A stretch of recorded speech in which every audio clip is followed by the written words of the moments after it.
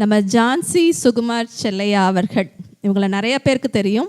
சகோதரிக்கு ரொம்ப விருப்பமான ஒரு பாடலை இன்றைக்கு நமக்கு பாட இருக்கிறாங்க. அது என்ன பாட்டுன்னு கொஞ்சம் சொல்றீங்களா ஆண்டி? ஓ மனிதனே, நீ எங்கே போகின்றாய்?